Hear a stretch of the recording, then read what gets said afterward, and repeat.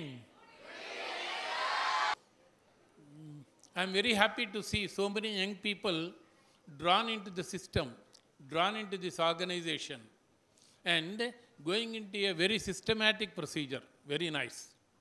But my advice, whatever you take up very seriously. Whatever you do with dedication and sincerity. In the process of your involvement in this activity and subsequently presenting yourself, that matters a lot. That matters a lot. Sir was referring to the values, which is of very high importance. Friends, values are caught, they are not taught. If you have values, you can give it to somebody, otherwise no. It is a basic principle. So, as Sir said, try to imbibe those values, try to inculcate those values, exhibit those values so that others learn from you. It's a learning process.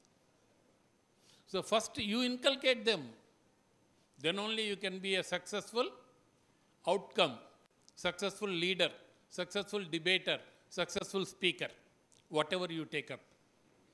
In this process, you have the first thing is research work is suggested to you. Whatever role of an ambassador or a representative of a nation you are choosing or you are opted to, you need to do a lot of research.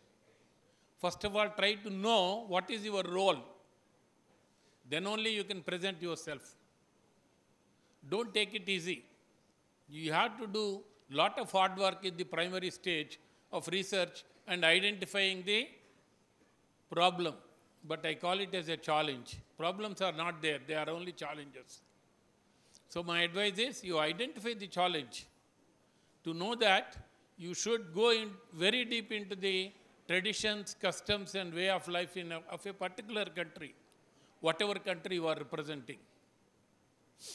And then you must have faith in three things, friends. Debate, discussion, dialogue. These three will definitely solve any problem on the earth. If you have faith in that, you join the organization. This is my advice, not organizers.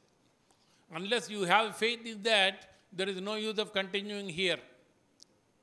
Debate and discussion means not expressing yourself, not talking of yourself. Respecting, honoring the views of others.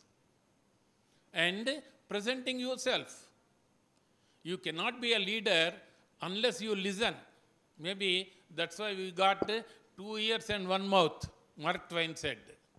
We have 2 ears and 1 mouth, as said by Mark Twain.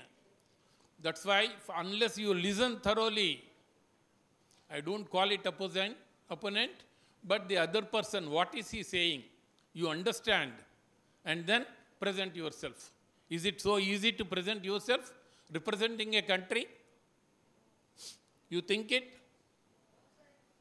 It's not that easy. You have to work hard, you have to go into the details, you have to structure yourself, and you have to draft.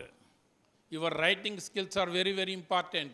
You have to use appropriate and apt language, whether to speak or whether to draft your resolution. These are the qualities you need to develop. And we find so many leaders. They are not born, they are shaped. Recently, we had the former Vice President of India, Sri Venkaiah Naidu, visiting here. I am very much younger to him, but I was watching him as the President of the Andhra University Union. Right from those days, he shaped himself, he structured himself, he improved himself, and he became a very good orator. He is a nice orator. You have to develop the skill of that oratory. Where do you get? You are so lucky, as Sir said, you have innumerable videos available about the great speakers. Take their videos, watch them, see them. Many people create emotional bond with their body language, with their gestures, with their movement on the dais, with their language, communication, contact with eye to eye. These are the qualities that are to be slowly developed. You can't get them all of a sudden. But you have to structure your success on that. And I thank you all for listening to me. And I thank Vasu particularly for inviting me. Thank you. God bless you.